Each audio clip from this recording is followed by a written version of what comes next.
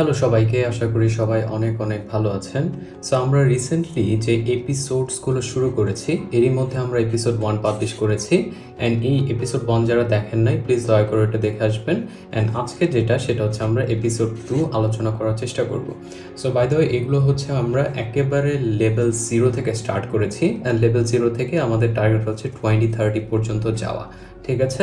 So আমরা কিভাবে একটা বিগিনারকে একেবারে 0 থেকে একটা সার্টেন পর্যায়ে নিতে পারি সেটারই প্লেলিস্ট আমরা এই সেপারেট ভিডিও বা এপিসোডের মাধ্যমে আমরা শেয়ার করার চেষ্টা করব। সো প্রথম ভিডিওতে আমরা ট্রেডিং কিভাবে কাজ করে সেটা দেখার চেষ্টা করেছি।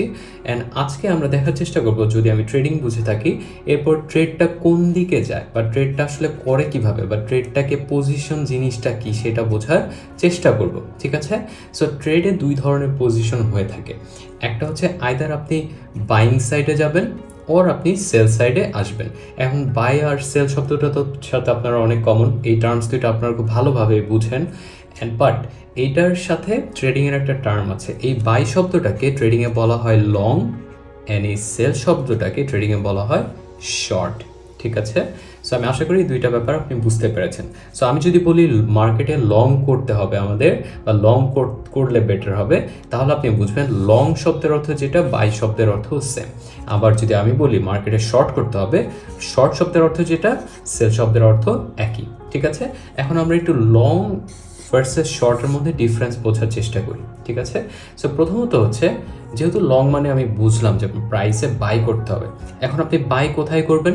সো বাই অ্যান্ড সেল করার জন্য সব থেকে ফার্স্ট আপনার যেটা জানা দরকার সেটা হচ্ছে এস অ্যান্ড আর। আর মানে কি? আর মানে হচ্ছে রেজিস্ট্যান্স, ঠিক আছে।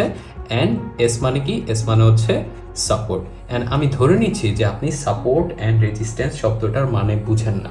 আমি আপনাকে একটু সুন্দরভাবে ইজিলি বুঝিয়ে দেওয়ার চেষ্টা করছি, কারণ আমরা এই সাপোর্ট অ্যান্ড রেজিস্ট্যান্সের ব্যাপারটা পরবর্তীতে আসবো কীভাবে এগুলো কাজ করে। এখন যে থিওরিটিক্যাল জিনিসগুলো একটু বোঝার চেষ্টা করছি যেন আমাদের পরবর্তী কনসেপ্টগুলো ক্লিয়ার হয়।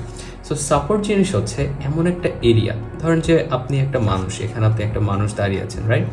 সাপোর্ট এরিয়াটা কোথায়? আপনি ধরেন এখান থেকে হেঁটে ঢাকা যেতে চান। সো কথার কথা, আপনি যেভাবে হেঁটে ঢাকা যেতে চান, অ্যান্ড যদি তাই হয় তাহলে আপনাকে কিন্তু একটা রাস্তা দিয়ে যেতে হবে, অ্যান্ড সেই রাস্তাটা কিন্তু আপনাকে সাপোর্ট দিচ্ছে, রাইট। এই সাপোর্টটা যখন আপনি দিচ্ছে তার মানে কি আপনি সেটার উপর নির্ভর করে উপর দিকে যাওয়ার চেষ্টা বা সামনে ফ্রন্টে এগিয়ে যাওয়ার চেষ্টা করছেন, রাইট। তাহলে সেটা কাজ করবে কি অ্যাজ এ সাপোর্ট হিসেবে, রাইট। অ্যান্ড গেস করা যাক, ধরেন যে আপনি একটা একতলা বিল্ডিং আছে, আপনি সেকেন্ড ফ্লোরে যেতে চান, বাট আপনার সেকেন্ড ফ্লোরে যেতে হলে একটা তো রেজিস্ট্যান্স পার করতে হবে, রাইট। রেজিস্ট্যান্স মানে হচ্ছে বাধা। বাধাটা কীভাবে কাজ করে? আপনার তো একতলার ছাদ আছে, রাইট। যখন আপনি একতলার ছাদ পর্যন্ত আটকে পড়বেন তখন সেটা কী হবে আপনার জন্য? রেজিস্ট্যান্স। বাট আপনি যদি এই রেজিস্ট্যান্সটাকে ক্রস করে উপরে যেতে পারেন তাহলে সেটা কী হয়ে যাবে? সাপোর্ট, কারণ আপনি তখন এখানে দাঁড়িয়ে থাকবেন, কারণ আপনাকে এটা তখন সাপোর্ট দিচ্ছে, রাইট। সো এইগুলো আমরা খুবই গোছানোভাবে আমরা পরবর্তীতে আরও ডিটেলসে বোঝার চেষ্টা করব, ঠিক আছে। সো যখন আমি এই সাপোর্টের লিস্টে আনার কারণ হচ্ছে, যখন আপনার এই সাপোর্টে থাকবেন তখন আপনি চেষ্টা করবেন যে মার্কেটে লং অথবা বাই করার, ঠিক আছে। অ্যান্ড যখন আপনি এই রেজিস্ট্যান্সের কাছাকাছি থাকবেন, ধরেন এটা আপনার রেজিস্ট্যান্স, আপনি উপর সাইডে আছেন, রাইট। তখন আপনি কি করতে পারেন? তখন আপনি সেল অথবা শর্ট সাইডে যেতে পারেন। সো দুইটা ওয়ে, রাইট। সো প্রথমত আপনি ধরেন যে ফেসবুকের শেয়ার, ঠিক আছে, এফবি, ফেসবুকের স্টক। অ্যান্ড ফেসবুকের স্টকে আপনার মনে হলো আজকে $212 চলছে, অ্যান্ড আপনার আপনি যদি ফান্ডামেন্টালি স্ট্রং হন আপনি ইনভেস্টমেন্ট করার জন্য যথোপযুক্ত, ঠিক আছে। বাট আপনি যদি টেকনিক্যালি বুঝতে চান তাহলে আপনার এই ট্রেডিং ব্যাপারটা বুঝতে হবে। So trading basically technical terms, and fundamental basically goes for investment, okay. So ধরেন আপনি সামহাও বুঝতে পারলেন যে আপনার অ্যানালাইসিস বলছে যে আপনার আজকের ফেসবুক শেয়ারের প্রাইস $212 থেকে আগামী 3-4 দিন 5 দিন পরে $215 হতে পারে, রাইট। আপনি কিন্তু কখনোই গ্যারান্টি দিয়ে বলতে পারবেন না যে ভাই প্রাইস এখানে $215 হবেই। So there is a difference. হবেই শব্দের সাথে হতে পারে, এই দুইটার মধ্যে কিন্তু আকাশ কুসুম ডিফারেন্স আছে, রাইট। আমরা কিন্তু ট্রেডিংয়ে কিন্তু প্রবাবিলিটি ট্রেড করি, আমরা কিন্তু কখনো গ্যামলিং করি না। আপনি যদি আমাকে শিওরতে বলতে পারেন যে ভাই এখান থেকে এখানেই যাবে, তার মানে আপনি কনফার্ম আপনি গ্যামলিং করছেন, কারণ আপনার ক্রাইটেরিয়া থাকা দরকার, আপনার স্ট্র্যাটেজি থাকা দরকার, যে স্ট্র্যাটেজিটা আপনাকে বোঝানোর চেষ্টা করবে যে দিস ইজ দ্য প্রবাবিলিটি যে 70% চান্স হচ্ছে আমরা আপার সাইডে যাচ্ছি অ্যান্ড 30% কনসেপ্ট হচ্ছে আমরা ডাউন সাইডে যাচ্ছি। সো যেহেতু আমাদের probability is higher to go for 70%, তাহলে আমরা 70% সাইডেই থাকার চেষ্টা করবো। অ্যান্ড যেহেতু 30%, 30 থেকে 70 বেটার অ্যান্ড বিগার, তাহলে আমরা ওই সাইডে থাকবো। অ্যান্ড গেস হোয়াট, আমরা কি 100% উইন রেট আমাদের কখনোই হতে পারে? এটা কিন্তু কখনোই সম্ভব না। আপনার হতে পারে সর্বোচ্চ হলে 60% অথবা 70% ম্যাক্সিমাম, এর উপরে হওয়াটা খুবই difficult. And so you can get the idea, right? So আমরা যখন ফেসবুকে আপনি মনে করলেন যে এখানে $212 ফেসবুকের প্রাইস, বাট আপনি $215 পর্যন্ত যেতে চান, সো আপনি কি করলেন, এখানে প্রাইস $212 বাই করলেন, রাইট? আর $215 পর্যন্ত যেতে চান, অ্যান্ড প্রাইস কি করলো, এই এক্স্যাক্টলি আপনার এখানে মানে হচ্ছে এন্ট্রি, এই এন্ট্রি পজিশন নেওয়ার পরেই আপনার প্রাইস কিন্তু এই টার্গেটে চলে আসছে, রাইট? এখন অনেকে টিপি শব্দের অর্থটা জানেন না, এই ছোট ফর্মটার মানে হচ্ছে টার্গেট প্রাইস, ঠিক আছে? বা টার্গেট প্রাইস বলতে পারেন বা টার্গেট প্রফিট বলতে পারেন, রাইট? মানে টিপি হচ্ছে যে একটা প্রফিটের এরিয়া। আপনি প্রাইস টার্গেট থাকলে সেটাও অ্যাচিভ হতে পারে যে টার্গেট হিট হয়েছে, অথবা প্রফিট টার্গেট থাকলেও সেটাও হিট হয়েছে, রাইট?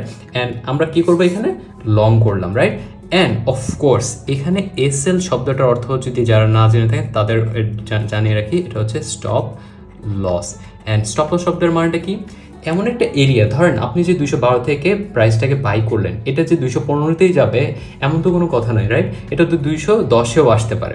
সো আপনি যেটা করবেন, আপনি কতটুকু, এই যে 30%-এর কথা বললাম, যে আপনি 30% যদি আপনার কথা ভুল প্রমাণিত হয়, তাহলে আপনি এখানে স্বীকার করে নেবেন যে আপনি এখানে লস নিয়ে বাসে যেতে চান।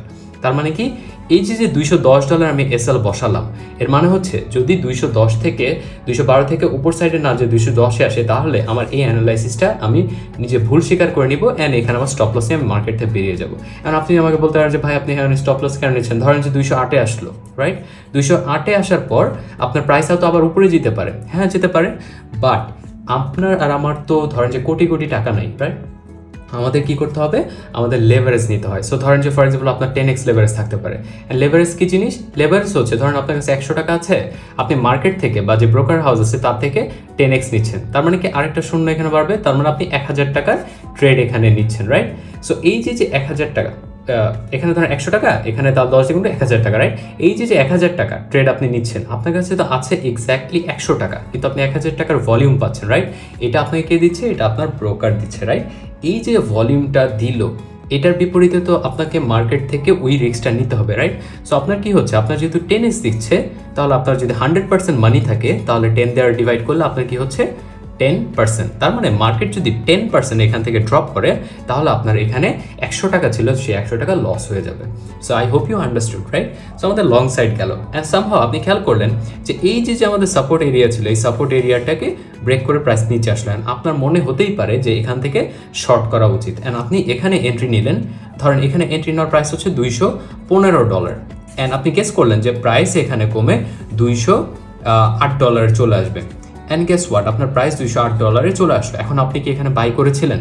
না, আপনি কিন্তু এখানে বাই করেন, আপনি কিন্তু এখানে শর্ট করেছেন। শর্ট করা মানে কি, মার্কেটে আপনি সেলিং সাইডে পজিশন নিয়েছেন। সো এইভাবে আমরা দুইভাবে পজিশন নিতে পারি, আইদার আমরা লং করব অর বাই করব, অর আমরা শর্ট করব, অর আমরা সেল সাইডে পজিশন নিয়ে থাকবো। সো এইভাবে এপিসোড 1-এর পাশাপাশি আপনার যে এপিসোড 2টাও দেখে নেন, তাহলে আমি বিশ্বাস করি যে আপনার থিওরিটিক্যাল যে নলেজটা সেটা আপনার অনেকাংশেই ক্লিয়ার হয়েছে। So I hope you guys enjoyed this video so far. If you do, please consider following my page because more amazing contents are coming up. Alright guys, take care and Allah Hafiz.